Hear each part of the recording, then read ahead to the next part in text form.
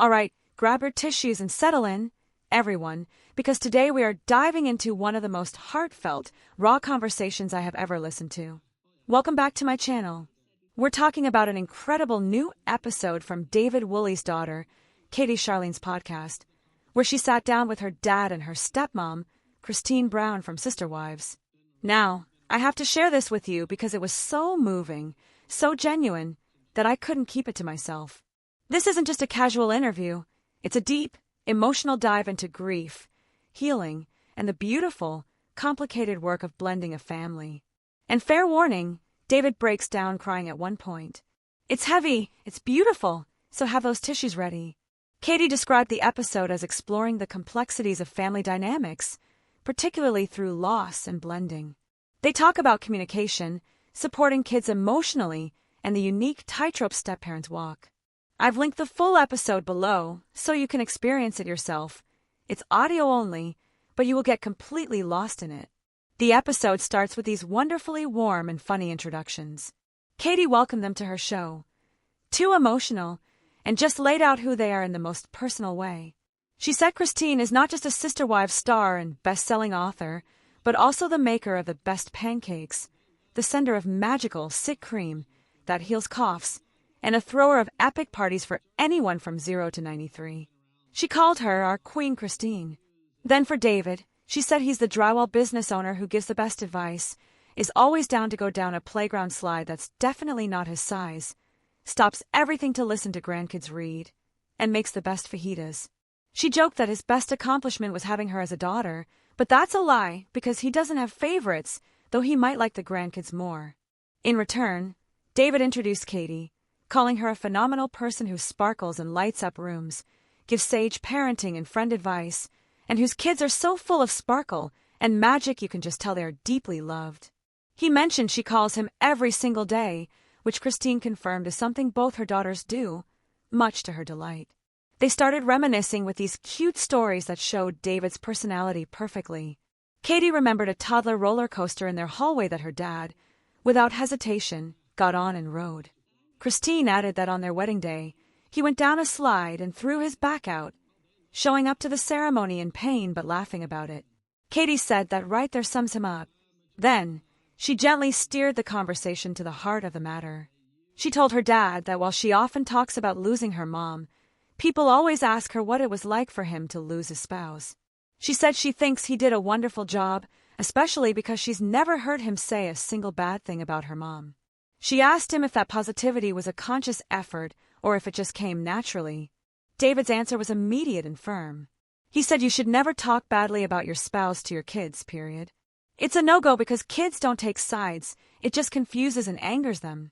He said it wasn't even subconscious. You just flat out don't do it. You should never put your kids in the middle.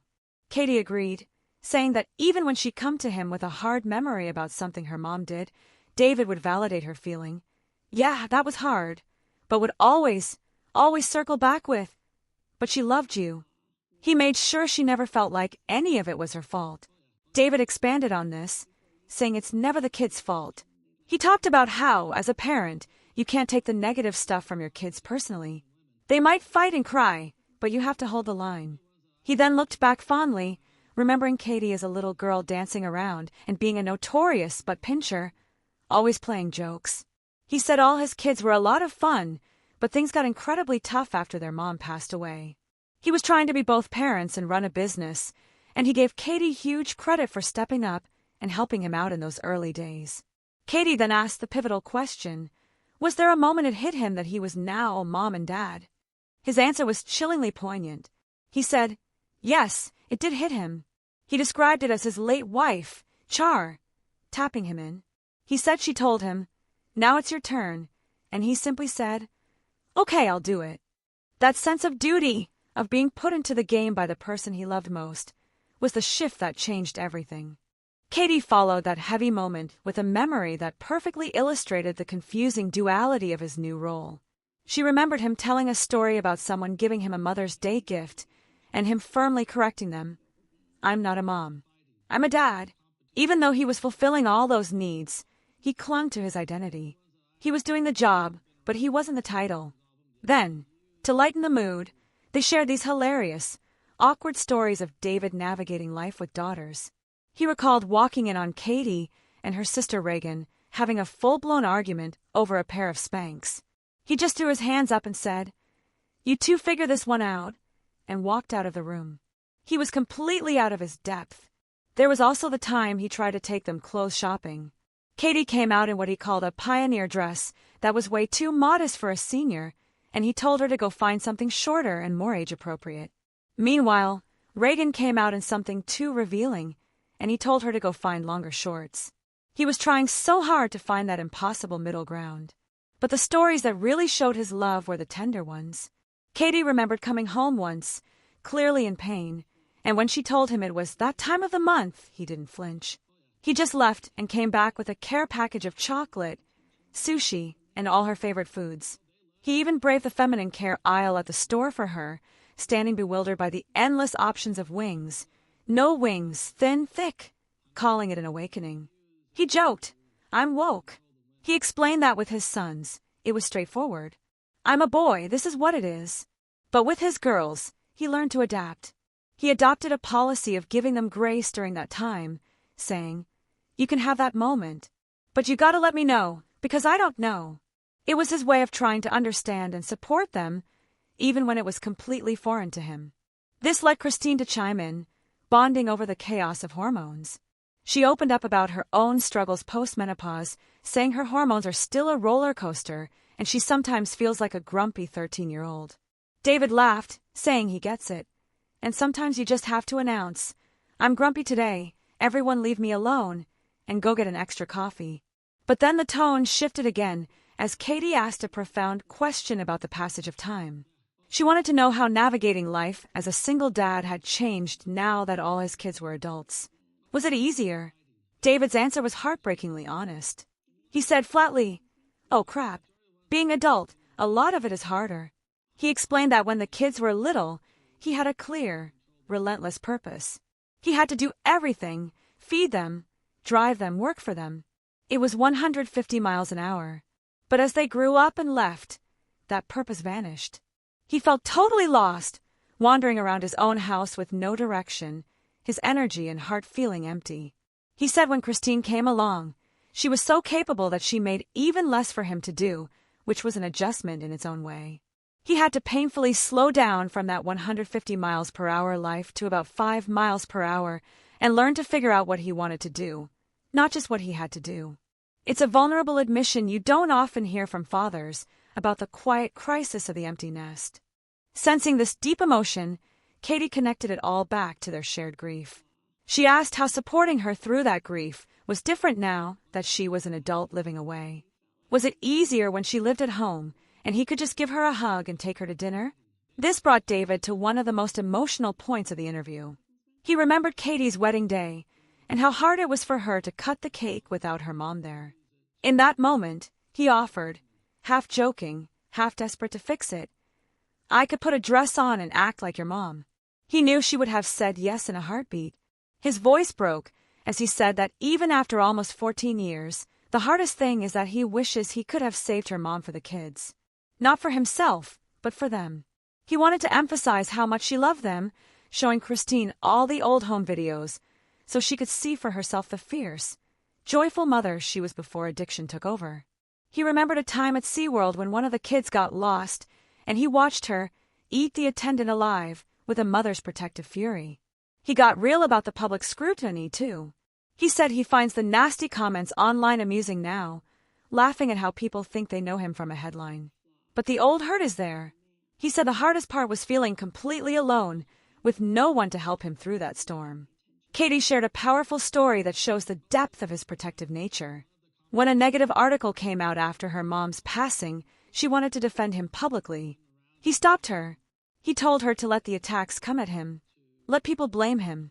His priority was to protect his children's memory of their mother from any further pain. He would be the shield.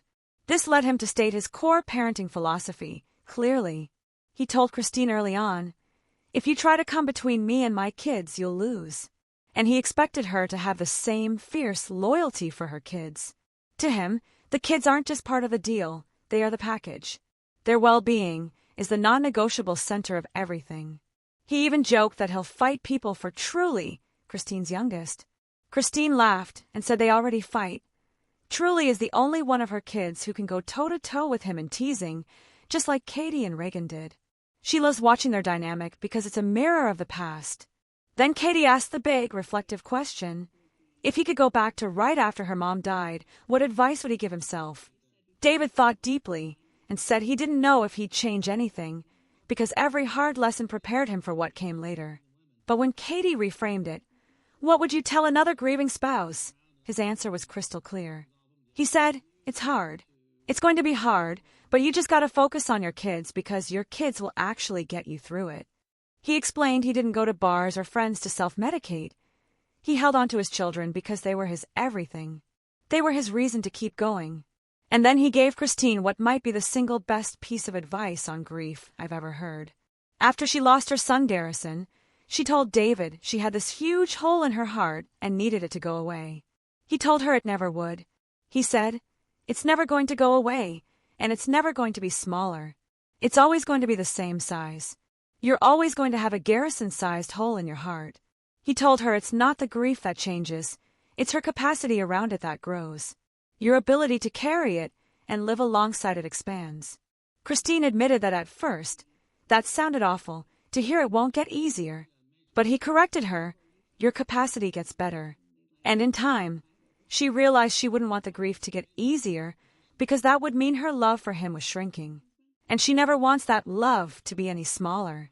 He ended this part by telling Kati the key is to never numb the grief. You have to feel it, cry, be angry, go through all the emotions, because that's the only way to heal and move forward. Then the conversation turned to the practicalities of blending their two large families. Kati, using questions she got from ChatGPT, asked Christine what the hardest, unexpected part was. Christine was incredibly honest. She said you don't automatically know how to blend. David was a natural at it, but for her, it wasn't intuitive. The hardest part, she said, isn't jealousy of the person, but the feeling of being left out. If you do something for his kids, your kids might feel excluded, and vice versa. You're not trying to hurt anyone, you're just figuring it out. She gave an example. One of her older kids commented that David had stopped doing activities he loved, like riding, implying Christine had stopped him. She had to explain that no, things just change when you merge lives and take on new responsibilities. Priorities shift. It takes constant communication. The biggest early lesson came during their first Christmas together. David went to a gathering at one of her kids' houses and brought only some of his children. Afterwards, they found out one of his other daughters felt deeply hurt and left behind. That was a turning point. They made a firm, non-negotiable rule from that day forward. Everybody's invited. All the time. They had to train not just themselves, but everyone around them. If someone invites just my kids, they have to correct them. They say, I don't know what that means. In our family, it's all of our kids or none of them. You decide. This rule extends to the wider Sister Wives family, too. Janelle's kids are automatically included. There are no lines. Christine laughed, debunking a silly rumor that David doesn't celebrate Christmas or give gifts. She said the opposite is true. They both go ridiculously overboard, stuffing stockings and buying personal gifts for everyone, and they love doing it together. They talked about how they've blended their daily lives, too. David handles all the finances because he's good at it, and if they both did it, it would be chaos. But Christine stressed he's still completely involved in all the decisions. They found their roles, just like Kati and her husband have with their budget. Kati then asked how they validate all their different kids' feelings without letting the kids run the household. David laughed, saying it's overwhelming with so many personalities. His mantra is, I love all you kids the same, but I don't treat you the same. Some need more validation and attention. Others are more independent. You have to know each child. Christine agreed, adding that fluidity is the biggest word in parenting. Some rules are hard and fast, but how you enforce them and connect with each child is completely different. Her relationship with Truly is not the same as her relationship with her older daughter, Isabel, and that's okay. The kids don't always understand that, like when Truly complains about being an only child at home now, not realizing she gets 100% of her mom's time, something the older kids never had. They have to be fluid, but also firm.